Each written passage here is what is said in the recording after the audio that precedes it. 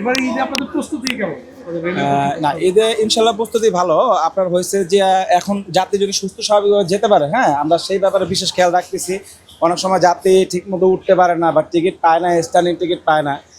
না পেলেও তারা উঠে, কিন্তু বাট টিটি আছে, টিটি এসে তাদের স্ট্যান্ডিং টিকিট সুন্দরভাবে পরিচালনা করে। হ্যাঁ, তাদের জন্য উঠতে কোনো মানে দুরবস্থা না হয় এবং নামতে যদি কোনো দুরবস্থা না হয়, যেন এক্সট্রা কোনো হয়রানির ভিতরে না পড়ে, সেই ব্যাপারে আমরা বিশেষ সচেতন আছি ইনশাল্লাহ।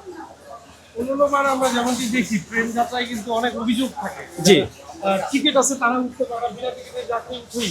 এবার এই দিকটাতে কি ব্যবস্থা আপনারা নিচ্ছেন এই বিষয় না, টিকিট আছে উঠতে পারে না বিনা টিকিট, এটা হলো এক্সট্রা ভিড়ের কারণে যে প্রবলেমটা হয়।